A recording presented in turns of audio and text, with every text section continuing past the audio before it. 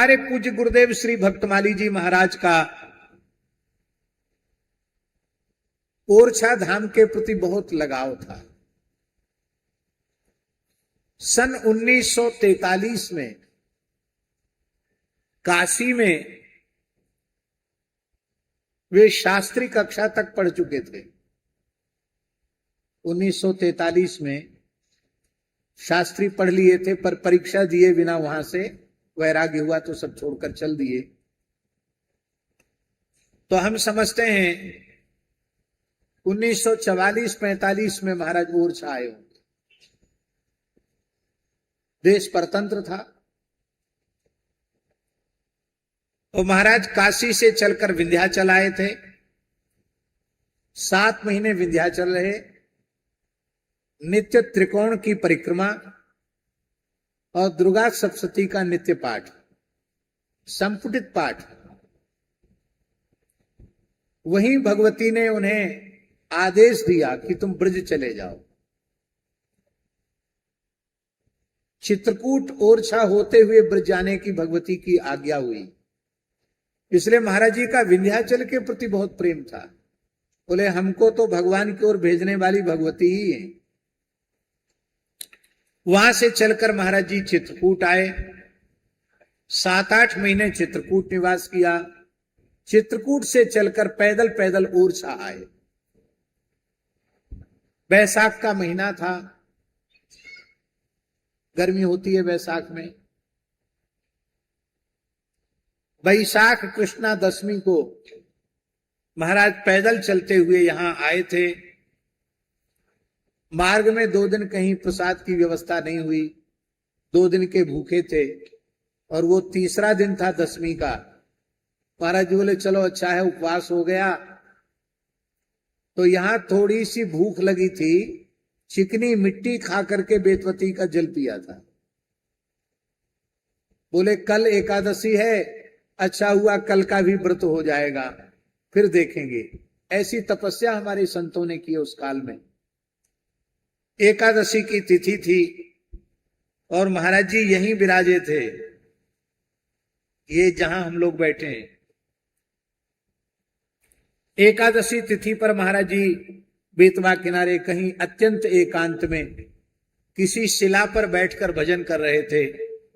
उसी समय एक ब्राह्मण देवता पधारे।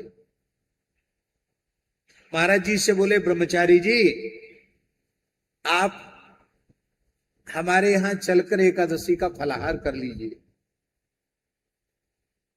महाराज जी उस काल में ब्राह्मण के अतिरिक्त और किसी की भिक्षा नहीं लेते थे, इसलिए उन्होंने परिचय दिया कि मैं ब्राह्मण हूं, मेरा नाम पंडित राजाराम जी है और आप हमारे घर में एकादशी का फलाहार करें। तो महाराज जी को ले गए, फलाहार कराया। महाराज जी फिर बेतवती के किनारे आ गए। दूसरे दिन वे पंडित जी फिर पहुंच गए, राजाराम पंडित जी। बोले महाराज, जो एकादशी का फलाहार करावे उसे द्वादशी का पारण भी कराना चाहिए, तभी पुण्य मिलता है। तो आप पारण करने आ जाओ। महाराज जी बोले चलो।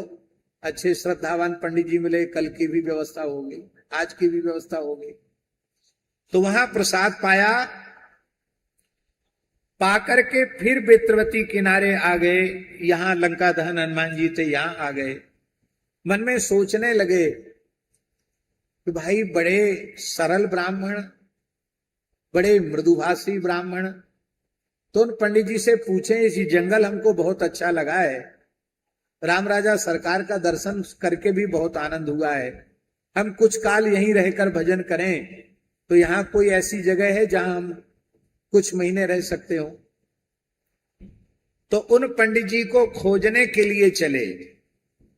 आप आज भी अनुभव करते हैं कि ओरछा बहुत बड़ा शहर नहीं है, आज भी गांव के जैसा ही है। आज भी ओरछा में आप एक चक्कर 2-3 घंटे में लगा सकते हैं। और महाराज जी ने पूरे ओरछा के कई चक्कर लगाए, घर घर जाकर पूछा, राजाराम पंडित जी का न घर मिला न पंडित जी मिले। तब उनको लगा कि ये कोई विलक्षण घटना है। भाई इतने छोटे गांव में एक एक दरवाजे पे जाके पूछते नहीं मिले। तब रात्रि का समय था, द्वादशी तिथि की बात है, और महाराज जी ने, गुरुदेव ने मंदिर के पुजारी जी से पूछा, राम राजा सरकार के, सरकार पंडित जी यहां कोई राजाराम पंडित जी नाम के पंडित जी हैं क्या? 2 दिन हमने उनके यहाँ प्रसाद पाए, एकादशी का फलाहार किया, द्वादशी को पारण भी किया, और खोजने से मिल नहीं रहे हैं। आपकी जानकारी में हो तो आप बताएं। तो उनके नेत्र सजल हो गए। बोले आज मध्याह्न में हम तनिक हमारी आंख लगी तो राम राजा सरकार ने मुझे स्वप्न में दर्शन दे करके कहा कि 2 दिन की सेवा तो मैंने कर दी है उनकी, एकादशी का फलाहार और द्वादशी का पारण। अब वे पूछने आवेंगे तुम्हारे पास तो उनकी मंदिर में ही व्यवस्था कर देना, उनको नित्य हमारा राजभोग और नित्य ब्यारू प्रसाद मिले। रोते हुए उन्होंने कहा कि आपके लिए तो भगवान की आज्ञा हुई है, आप यहीं विराजें। तो फिर महाराज जी 7 महीने राम राजा सरकार के मंदिर में ही रहे। उस समय रियासतों का विलय नहीं हुआ था। उस समय ओरछा में राम राजा सरकार का दर्शन करने संत आते थे, उनको मंदिर में ही आसन लगाने की जगह मिल जाती थी। महाराज जी बोले बिना सेवा किए हम यहां नहीं रह सकते। ये बात बहुत ध्यान दे करके सुनने समझने की है। साधकों को, संतों को विशेष रूप में स्वामी जी बात सुननी चाहिए। महाराज जी ने कहा बिना सेवा किए हुए हम यहां नहीं रह सकते, हमको सेवा बताओ तो हम यहां रहेंगे, नहीं तो हम यहां नहीं रहेंगे। क्योंकि प्रसाद पाएं और शरीर से कुछ सेवा न करें यह संभव नहीं। तो महाराज जी का शरीर पवित्र कान्य कुब्ज विप्र कुल का था। तो उन्होंने कहा कि आप क्या सेवा कर सकते हैं? तो महाराज जी ने कहा हम रसोई बहुत अच्छी बनाते हैं, झाड़ू लगा लेंगे, जो कहोगे सो करेंगे। बोले आप ब्राह्मण देवता हैं, ब्रह्मचारी हैं, यहाँ राम राजा सरकार का भंडार बनाया कर रसोई। महाराज जी तो बहुत प्रसन्न थे कि राम जी की प्रत्यक्ष सेवा मिल गई। तो 7-8 महीने तक भंडारी के रूप में महाराज जी ने राम राजा सरकार में सेवा की। तो महाराज जी का बहुत लगाव ओरछा से था। जब जब बुंदेलखंड की यात्राएं होती थी तो पूज्य गुरुदेव ओरछा अवश्य पधारते थे। भगवत धाम प्रयाण के 5-6 महीने पहले भी महाराज जी यहां आए। अगहन मास में महाराज जी यहां आए, अगहन में। और अगहन, पूस, माघ, फागुन, चैत, बैसाख, जेठ मास में महाराज जी का ज्येष्ठ शुक्ल पंचमी को भगवत धाम चले गए। तो ठीक 6 महीने पहले भी महाराज जी यहां आए। और उसके पहले महाराज जी ने कहा कि देखो ओरछा में होटल बहुत बन रहे हैं, विदेशी पर्यटक बहुत आता है, विषयी भोगी लोगों का स्थान ओरछा बनता चला जा रहा है। साधु संत महात्मा आते हैं, झांसी में रुकते हैं, तब यहां आकर दर्शन करते हैं। यहां संतों को आसन रखने की कोई जगह नहीं।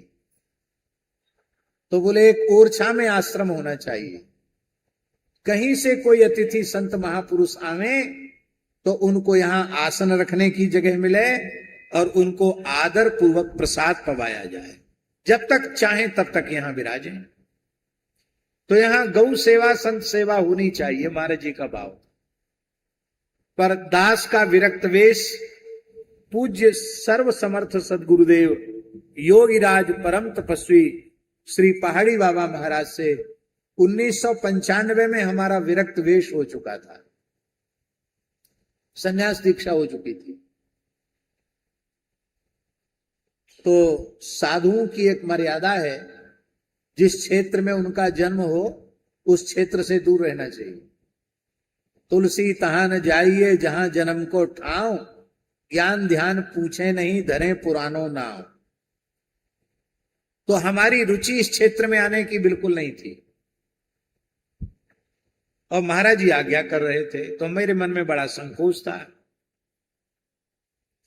हमने कहा महाराज जी हम तो वहां रहेंगे नहीं, हमको आना जाना नहीं, कौन रहेगा?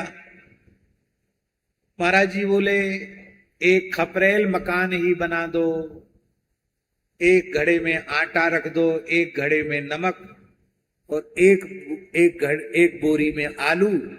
कोई महात्मा है भाई, गरीबी है, आलू का चोखा बना लो, नमक ले लो, आटे की बाटी टिक्कड़ बना लो, अंगा बाटी बना लो और पाओ, प्रेम से रहो।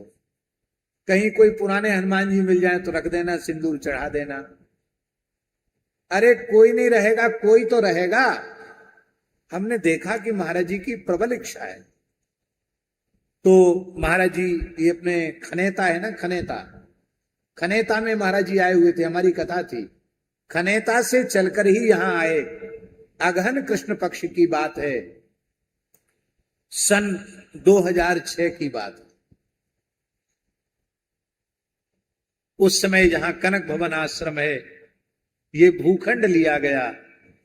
पर महाराज जी की इच्छा इस स्थान की थी कि यहां बेत्रवती गंगा सामने है, यहां साधु संत यहां रुकने में बहुत अच्छा होगा। तो वो इच्छा भी राम जी ने अब इस रूप में पूर्ण कर दी है। आपको जाकर भ्रम हो जाएगा, अयोध्या कनक भवन के सामने खड़े हैं कि हम ओरछा कनक भवन के सामने खड़े हैं, ये आप अनुभव नहीं कर पाएंगे। बिल्कुल अयोध्या कनक भवन की प्रतिकृति। यहां की ऐसी भावना है ओरछा की स्वामी जी कि राम जी दिन में तो ओरछा रहते हैं, रात्रि में कनक भवन विश्राम करने के लिए अयोध्या चले जाते हैं। ऐसी यहाँ की मान्यता है। और ऐसा एक वो ज्योति के रूप में जाते हैं हनुमान जी के यहाँ, और ऐसी मान्यता है हनुमान जी सीताराम जी को लेके कनक भवन में विश्राम कराने जाते हैं, ऐसी मान्यता है। राम राजा सरकार के दो निवास हैं खास, दिवस ओरछा रहत हैं, रैन अयोध्या बास। तो हनुमान जी लेके जाते हैं। अब तो कनक भवन यही हो गया। तो राम राजा सरकार को ज्यादा दूरी तय करने की जरूरत नहीं है, वहां से आए, यहां विश्राम किए। तो आज दिव्य भव्य मंदिर बना, एकदम निकट में भगवान चंद्रमौलीश्वर विराजमान है। बोलो चंद्रमौलीश्वर महादेव की। इस मंदिर की दिव्य भव्य प्रतिष्ठा का महोत्सव इसी वर्ष है, जो अगला अगहन कृष्ण पक्ष आएगा, उसमें हरिराम जी व्यास जी की जयंती का अवसर भी होगा। और उसी समय इस जहां कनक भवन बिहारी जी विराजमान है, वो स्थल प्राप्त हुआ था। तो संयोग की बात है कि उसी समय में ही वहां से कनक भवन बिहारिणी बिहारी जी अपने निज मंदिर में महल में आकर विराजेंगे। गुरुदेव भी यहाँ विराजमान हो जाएंगे, जो अतिथि निवास के रूप में रहेगा और ये मंदिर के रूप में रहेगा। और संपूर्ण संत सेवा अतिथि सत्कार का क्रम तो यहाँ चलेगा ही, साथ ही हमने ऐसी एक भावना भगवत प्रेरणा से व्यक्त की है श्री हनुमान जी के चरणों में, और लोगों को कहा है कि आप लोग इस पर कार्य कीजिए। हमारे मन का भाव है कि यहां जिस दिन कनक बिहारी जी विराजमान होंगे, उसी दिन से अखंड विजय मंत्र का संकीर्तन आरंभ होगा। श्री राम जय जय राम, इस विजय मंत्र का संकीर्तन आरंभ होगा। उसकी परिकल्पना इस प्रकार की है को बुंदेलखंड के 365 गांवों का चयन किया जाएगा। कितने गांव? और एक दिन एक गांव की सेवा रहेगी कीर्तन की। वो कीर्तन करते हुए वहां से आएंगे और फिर यहाँ 24 घंटे कीर्तन करके कीर्तन करते हुए जाएंगे। फिर दूसरे दिन जिस गांव की बारी होगी दूसरे दिन वो गांव आएगा।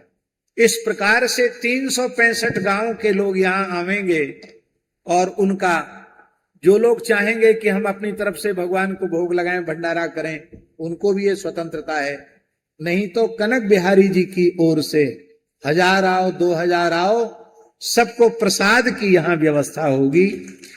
और इस तरह से नाम महाराज का जागरण, क्योंकि कली नाम काम तरु राम को, दलनिहार दारिद दुकाल दुख, सारी समस्याओं का समाधान भगवान नाम संकीर्तन से हो जाता है। तो यहाँ चंद्रमौलीश्वर मंदिर में भगवान का अखंड विजय मंत्र संकीर्तन आरंभ हो जाएगा। हनुमान जी को अत्यंत प्रिय है। अब तक कितने गांव हो चुके हैं? कहां गए कमलेश जी?